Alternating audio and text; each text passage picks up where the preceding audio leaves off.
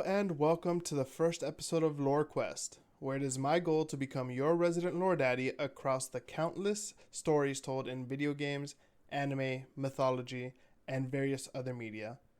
So who is Wukong? Well, you've probably encountered some version of Wukong or Wukong inspired characters, whether it be Goku, who was heavily inspired by him, or a pretty standard copy pasta of the character in Dota or League of Legends. But what is the lore, origin, and story of Wukong? Well, that's why you're here, so let's jump in. Side note, I apologize in advance for any mispronunciations, and I will be diving a little bit into some background characters of the lore, but we are not going to do a deep dive into any of them today. Sun Wukong, known as the Monkey King, is a Chinese trickster god from Chinese mythology, specifically the story Journey to the West. For the sake of this video, I will be referring to him as Wukong. According to Journey to the West, Wukong is born from a strong magic stone that sits atop of the mountain of flowers and fruit.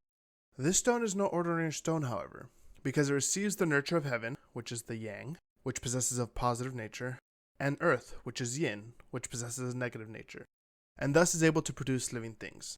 So the stone develops a magic womb, which bursts open one day to produce a stone egg about the size of a ball. When the wind blows on the egg, it turns into a stone monkey that can already crawl and walk. As the stone monkey's eyes move, two beams of golden light shoot towards the Jade Palace and startle the Jade Emperor. Now, the Jade Emperor is considered to be the ruler of heaven, one of the highest ranking gods, and the very first of the Chinese emperors. As with many polytheistic religions, the Jade Emperor was the head of the pantheon but not the creator of the universe. When he sees the light, he orders two of his officers to go investigate.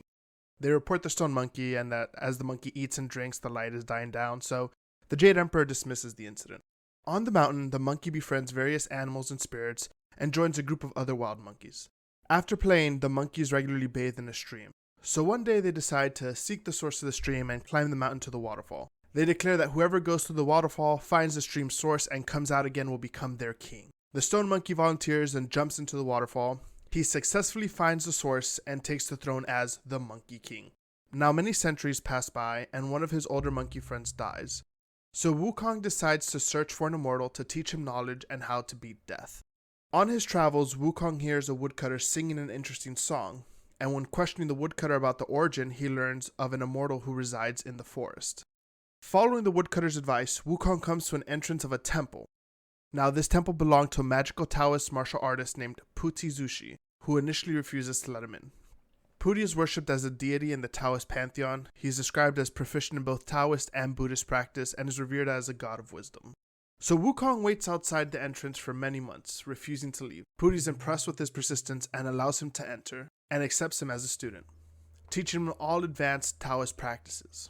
Now this includes 72 methods of earthly transformation, essentially just endless ways of changing his shapes and size. Cloud somersaulting, which is a type of flight that allows him to travel 108,000 li with a single step. Now, 108,000 li is a little over 33,554 miles. For perspective, the circumference of the Earth is 24,901 miles. Wukong can almost leap an Earth and a half at once. He also learns all manner of magical spells to command gods and spirits, traditional medicine, and armed and unarmed martial arts.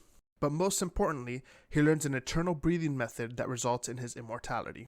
Wukong eventually returns to his home and faces a demon whom had taken control of it during his prolonged absence. After killing the monster, he realizes he needs a weapon to match his celestial power. So his advisors suggest that he go to the undersea palace of Guang, the Dragon King of the Eastern Sea. Guang is a guardian deity who can control all dragons, the creatures in the sea, the oceans, and the weather. At the entrance, Wukong asks for an introduction, but the Dragon King tells his guards to turn him away. Wukong barges in anyway, brushing off protests from the guards, insisting the Dragon King must be confused to turn away a fellow king. Inside, he introduces himself and encourages the Dragon King to give him a weapon. Quickly realizing Wukong is quite formidable, the Dragon King feigns willingness and hospitality, ordering his underlings to bring out weapon after weapon. Wukong tests all the weapons, but none are robust enough for him. Aoguang's wife then suggests the golden banded staff Rui Jingubang, the stabilizer of the four seas and a treasure of Aoguang. Wukong is the only creature strong enough to wield the staff-like weapon, and there is an instant affinity between them. The golden banded staff can change its size. When not wielding the weapon, Wukong shrinks it down to the size of a sewing needle and stores it in his ear. The staff can elongate, fly, and attack opponents according to its master's will, and it weighs 13,500 jin, or 7,960 kilograms. The 7,960 kilograms is 17,548.8 pounds, which is about the size of 1.5 adult male African bush elephants. In addition to taking the magical staff, Wukong encourages really kind of just means bullies, the Dragon King to gift him attire fit for a king. So he does so and gives Wukong a golden chainmail shirt, a phoenix feather cap, and cloud walking boots. Wukong goes on his way thanking the kings and leaves happily. Unfortunately, however, death eventually comes for us all. So Wukong is dragged into hell in chains. There he learns that according to the books of life and death, it's his time to die. Obviously, this pisses him off since he's no longer subject to the laws of heaven, since he had achieved immortality with Puri. He plucks the staff from his ear and fights his way through the world of darkness to complain to the 10 kings, which are essentially like the rulers under a ruler of hell. So this scares everybody in hell, including King Yema, ruler of the underworld, and yes, we're talking about that King Yema. Wukong orders the books containing his information to be brought out and promptly crosses out his name with ink, as well as the names of all monkeys on earth, thus making them immortal too. The Dragon King, in allegiance with the kings of hell, report him once again to the Jade Emperor, who now has no other option but to try to address this nuisance. So he sends in the heavenly army. He uses everything, even tries to erase him from existence altogether, but ultimately he fails. So the Jade Emperor, hoping that a promotion and a rank amongst the gods will make him more manageable, invites Wukong to heaven. The Monkey King believes he is receiving an honorable place as one of the gods and is told he will be made protector of the horses, which, unfortunately for him, is really just a staple boy, and it's technically the lowest job in heaven. So when he discovers the importance of status in heaven and how he's been given essentially the lowest position, Wukong sets the cloud horses free and returns back to earth to his own kingdom, and in rebellion proclaims himself the great sage, heaven's equal. He essentially gave God the middle finger and said, "I'm just as good as you, if not better." So heaven mobilizes an army of powerful demon hunters, including the heavenly king Li Jing and his son, the child god Prince Neza, but they also fail. After they failed, the heavens reluctantly recognized his self-proclaimed title.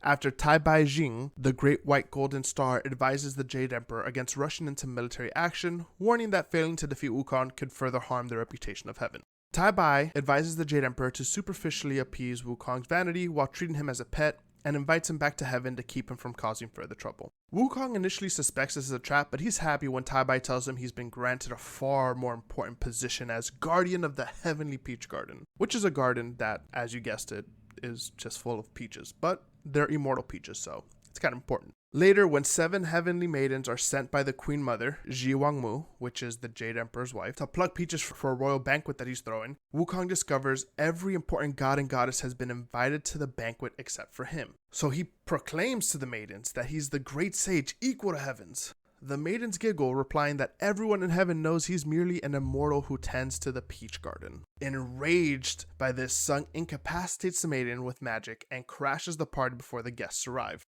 Essentially, he pretends to be a god and is granted access to the banquet. After gaining entrance, he steals and consumes Laozi's pills of immortality. Laozi is the supreme god of Taoism. And then Shi Wangmu's peaches of immortality. As if not enough, he then takes the rest of the Jade Emperor's royal wine and escapes back to his kingdom to prepare for his official rebellion. After this, Tai Bai tries to console the Jade Emperor, but he's not having any of it. He's just going to deal with him the best way he knows how, and so he mobilizes his forces. The Jade Emperor calls upon 72 heavenly generals, comprising of the most powerful Buddhist and Taoist gods, all 28 constellations, all 4 heavenly kings, and 100,000 celestial soldiers. Not one to just take it lying down, Wukong then mobilizes his own army, comprising of the demon kings of the 72 caves and all manners of animal spirits, including his own monkey soldiers. So soon after the battle commences, the demon kings fall to the heavenly forces, which forces Wukong to take on 3 heads and 6 arms and multiply his staff to start fighting everybody. Once again, the heavenly army is no match for him. However, he soon loses his nerve when his monkey children are captured. With this, he flees, and Lord Erlong, a master of magic and the nephew of the Jade Emperor, continues to chase him. The two battle throughout countless animal transformations, each trying to one-up the other, and unfortunately Wukong is finally captured when Lao Zi, whose pills he took, drops a magical steel bracelet on his head, incapacitating him long enough for Erlang's celestial hound to bite and hold him down. Wukong is taken to heaven to be executed for his crimes, but fire, lightning, and edged weapons have no effect on his invincible body. Now, if you've been keeping track, Wukong now has 5 levels of immortality. Through Puri, he learned the spells to grasp all 5 elements and cultivate the way of immortality. He removed his name from the books of life and death. While serving as the guardian, he ate the peaches of immortality that he was supposed to be guarding. The heavenly wine he stole and drank has the ability to turn anyone who drinks to an immortal, so that's 4. And then while drunk on the wine, he stumbles into Lao Zi's alchemy lab, where he finds the pills of longevity and eats them and grants him even further immortality. So as a result of not being executed, Wukong is locked in Lao Zi's 8-way trigram crucible for 49 days in order to be distilled into an elixir by Samadhi's fires. So he's essentially locked in this very, very complicated prison, essentially boiled alive. The fires of the crucible burn so hot that they rival Buddha himself. However, when they open the prison 47 days later, Wukong jumps out, having survived by hiding in a corner marked by the wind trigram where there was less fire. In fact, the heat from Samadhi's fires have reinforced his body so much they've made him stronger than ever before and impervious to greater damage. But intense smoke inside the furnace had greatly irritated his eyes, which refined his pupils to the color of gold and gave him the power to see hundreds of miles, as well as to recognize the dark auras of demons. Wukong then proceeds to destroy the prison and make his way to Heaven's main chamber to confront the Jade Emperor and his senior's advisor. At this point, Heaven and the Jade Emperor have no other option but to appeal to the Buddha. Now, not a Buddha, the Buddha, who then arrives in person. So Wukong talks to the Buddha and he makes his case to be the new Jade Emperor. And the Buddha makes a bet with Wukong. He says, hey, if you can escape my palm, you can become the new Jade Emperor. Wukong smugly accepts the bet and jumps into his palm. And then with one tremendous leap, he speeds towards the reaches of heavens, clouds whizzing by him in a blur of colors as he travels across the sky. He lands before 5 great pillars, and he thinks that this is the edge of the cosmos. That's it, I've made it, I've escaped the Buddha. So to prove his trial, he writes his name on one of the pillars and then he pisses on another. He then leaps back and returns to Buddha's palm to claim his victory. However, he learns that the 5 pillars he found were merely the fingers of Buddha's hand and that he never left his palm. Wukong tries to escape, but Buddha quickly overturns his hand, pushes him out of the gates of heaven, and slams it into the earth, transforming it into the 5 Elements Mountain. Before Wukong can lift it off, the Buddha seals him there using a paper talisman. There, Wukong is imprisoned for his crimes against heaven.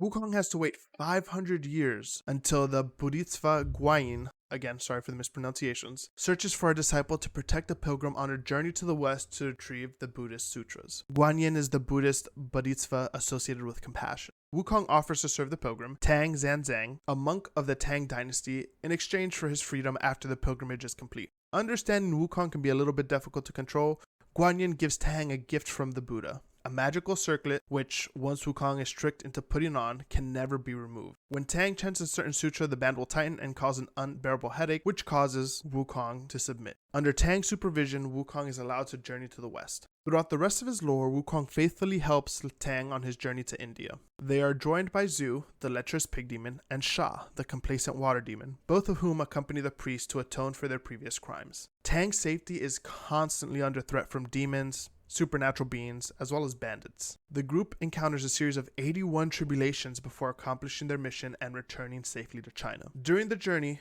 Wukong learns about virtues and teachings of Buddhism. Eventually, he attains Buddhahood and becomes the victorious fighting Buddha. Now, there are more short stories that include Wukong, but the core of his lore is derived from Journey to the West. I hope you all enjoyed this video. If so, feel free to leave a like, comment, share, and or subscribe as it greatly helps the channel, especially since we're just starting out. Thank you for tuning in, and in the comments, let me know your thoughts. Let me know if I got anything wrong, any corrections that need to be made, and what mythological, video game, anime, or other lore you would like to see next. Again, thanks for watching, and I'll see you next time.